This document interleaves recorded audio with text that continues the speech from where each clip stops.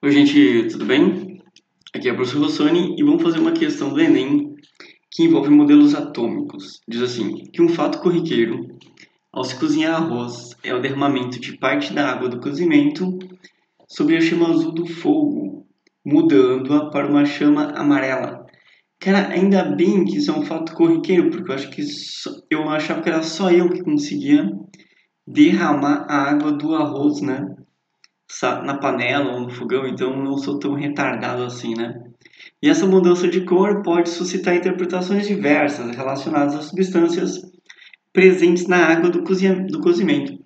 Então, além do sal de cozinha, né, do NaCl, nela se encontram carboidratos e proteínas, né, que são do arroz, por exemplo, e alguns sais minerais que podem ter vindo com o arroz ou com o próprio sal de cozinha. Então, cientificamente, sabe-se que essa mudança de cor da chama ocorre pela. Cara, quando a gente estiver falando em cor da chama, tá? Seria muito legal você associar isso com um modelo atômico, que é o modelo atômico de Bohr. Tanto que a gente identifica elementos, né, tipo sódio, cromo, potássio, magnésio, pela cor da chama deles. Então, isso tem a ver com níveis de energia, e quando o elétron salta de um nível de energia para outro, ele pode absorver ou liberar calor.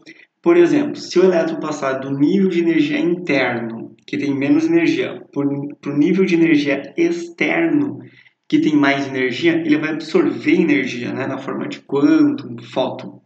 Se ele voltar e passar do externo para o interno, ele libera energia, na forma também de quantum ou fóton, e isso pode ser calculado também matematicamente. Então vamos fazer o seguinte, você está viajando e não está entendendo nada que eu estou te falando, eu vou te dizer, cara, que isso é uma questão do Enem meio que clássica, né, que ela sempre aparece, que a gente chama essa matéria aqui de modelos atômicos. Então eu coloquei aqui um resuminho para vocês, tá? Esse é o modelo atômico de Dalton, repara que ele é uma bolinha, né, uma esfera, a gente chama ela de bola de bilhar, e tem três in, que são as propriedades principais dele, tá? Que é invisível, indestrutível e indivisível. Ele não se divide, já o Thomson se divide. E essa palavra indestrutível vem também das leis ponderais, né? Principalmente a de Lavoisier, que na natureza nada se perde, nada se cria, tudo se transforma. Mas também tem a lei ponderal do próprio Dalton, tá? Depois vem o modelo de Thomson, repara que ele tem uma massa positiva aqui e os elétrons estão aqui no meio, que ficou conhecido como pudim de passas. E o Thomson foi o que descobriu os elétrons, tá? Isso em 1897. Como é que ele fez isso? Através de uma ampola de Crookes, que ele jogou os elétrons lá, que ele achava que eram os raios catódicos, só que eles desviavam, né, para polo positivo, então comprovou que tinha uma carga, e também botou um catavento aqui, né, que eram catelétrons, na verdade, que comprovou que os elétrons também tinham uma certa massa. Bom, após isso tem o modelo de Rutherford, que ele descobriu o núcleo, né? Então a grande novidade aqui do Rutherford é o núcleo, e ele diz que os elétrons estão girando ao redor do núcleo, né? Que por isso é chamado de sistema planetário ou sistema solar. E se te perguntarem como é que fez isso, tu diz que foi através do espalhamento, né, das partículas alfa, que o próprio Rutherford, né, descobriu e nomeou as partículas alfas e ele jogou numa lâmina de ouro. Então a maioria atravessou a lâmina de ouro, né, comprovando que o átomo aqui é um espaço vazio. E uma ou outra bateu no núcleo e voltou. E daí que ele tirou essa ideia do núcleo, né? É legal saber três coisas sobre o núcleo, né? Que ele é positivo, que ele é muito denso e que ele é muito pequeno. São essas as principais propriedades. O aperfeiçoamento do modelo atômico é o de Bohr, que ele vai dizer que tem níveis de energia. E isso é comprovado pelo espectro atômico, né? Porque cada átomo ele vai liberar, por exemplo, uma determinada cor, e essa cor que ele determina aqui, né?